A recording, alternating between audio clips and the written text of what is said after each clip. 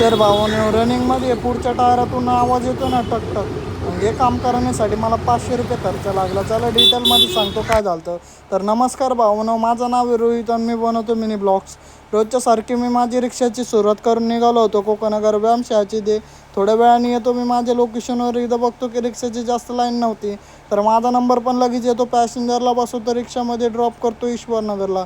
दुपारपर्यंत इथं शेअर भाडं मारतो आणि मला भाडे मारताना पुढच्या टायरातून कसलं तरी रनिंगमध्ये टकटक आवाज येत होता. तर चला बोललो याचं काम करून घेऊया. तर येतो मी खडी मशीनला गॅरेजची इथं आणि चला इथं मॅकॅनिकला दाखवूया काय प्रॉब्लेम आहे.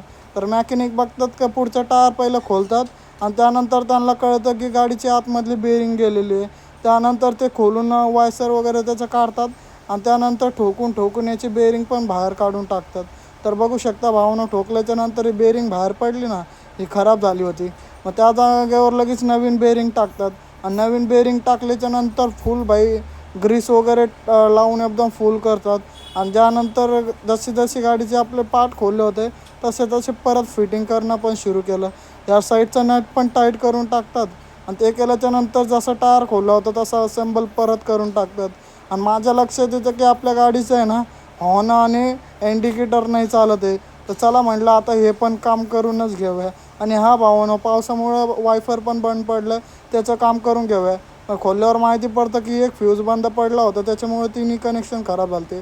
आणि आता न्यू फ्यूज टाकलं, आपलं काम एकदम ओके झालेलं आहे. आणि त्यानंतर माझं लक्ष जातं की गॅसवर. आपल्या गाडीची CNG संपायला आली. चला गॅस स्टेशनवर येतो, CNG वगैरे भरतो आणि दुपारी घरी जातो. त्यानंतर मग डायरेक्ट पुन्हा संध्याकाळी रिक्षा काढतो. आपण चाललो ईश्वरनगर रिक्षा स्टँडला. थोड्याच वेळाने येतो मी माझ्या लोकेशनवरती. आल्यावर माहिती पडतं की आपण रात्री 10पर्यंत शेअर मीटर भाडे मारतो.